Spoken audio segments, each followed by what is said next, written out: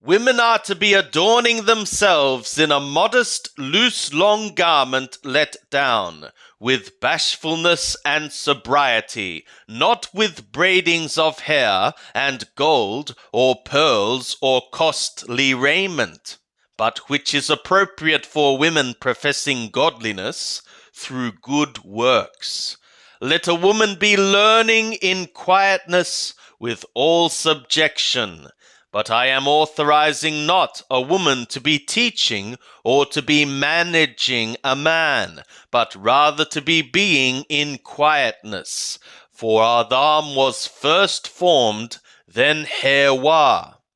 And Adam was not beguiled, but the woman being beguiled hath fallen into transgression. But she shall be saved through the childbearing, if they continue in faith and mindful love and sanctification with sobriety. The saying is faithful. 1 Timothy chapter 3. If a man is seeking the office of overseer, he is desiring a good work. Therefore it is being necessary for the overseer to be being without reproach, a man of one woman, temperate, sober-minded, orderly, fond of guests, instructive, not a wine-bibber, not a striker, but appropriate, not contentious, without love of silver, one that ruleth well his own house, having his children in subjection with all respectability. But if a man knoweth not how to rule his own house, how shall he take care of God's assembly? Not a novice, lest having become puffed up, he fall into a judgment of the slanderous adversary.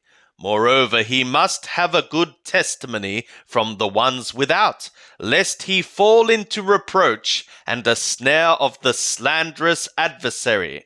Servers in like manner must be venerable, not double-tongued, not given to much wine, not associated with shameful gain, holding the mystery of the faith in a pure conscience.